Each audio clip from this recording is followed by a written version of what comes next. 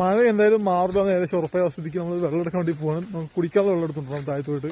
ഈ പൊട്ടക്കിണറ്റിൽ എന്തെങ്കിലും വീണോ, പന്നി വരെ വീണോ പറയുമ്പോൾ തേങ്ങ നോക്കുക. കാരണം ഇവിടെ ഈ സൈഡിൽ നിന്ന് മൂടിച്ചിരുന്ന തുണിയുടെ ബാക്കി പോർഷൻ കാണാൻ കുറച്ച് കാട് ഇവിടെ നിന്ന് ഇരിപ്പുണ്ട്. തേങ്ങ എനിക്ക് തോന്നുന്നു കിണറ്റിൽ 10-50 റിങ്ങി കൂടുതൽ ആളുകൾ കിണറാണ്. അല്ലേ നിഷു? വലിയ ആളുകൾ കിണറാ. പന്നിയൊക്കെ വേണം കിട്ടൂല. അതാണ്. ഇവിടെ നിന്നുള്ള വ്യൂ അടിപൊളിയാണ്. അറ്റത്തുള്ള മലയൊക്കെ കാണാൻ വേണ്ടി രസമാണ്. വലിയ മഴ വരുന്നുണ്ട്. അവിടെ നിന്ന് ശബ്ദം കേൾക്കുന്നുണ്ട്. എനിക്ക് കാല് വേത്തോണ്ട് നിഷുവാണ് വെള്ളം എടുക്കണത്. എനിക്ക് ഒറ്റയ്ക്ക് നടക്കാൻ വയ്യ. മക്കളെ കൊണ്ട് തൂക്കി നടക്കാൻ പറ്റില്ല. ഞാൻ സഞ്ചിയിൽ കുപ്പിവെള്ളം എടുത്തിട്ടുണ്ട്.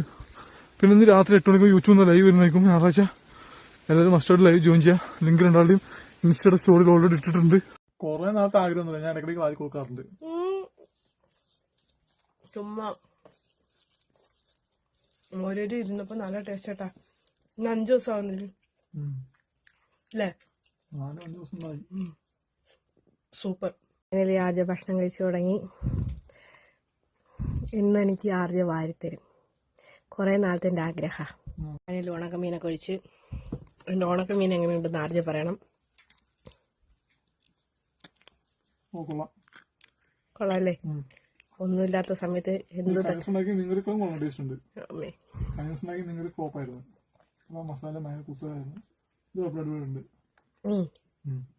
Thank you.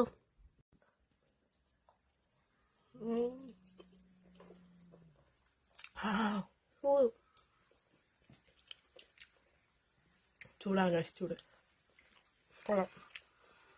ഉണക്കമീൻ കറി കൊള്ളാം. അങ്ങനെ കഴിച്ചു.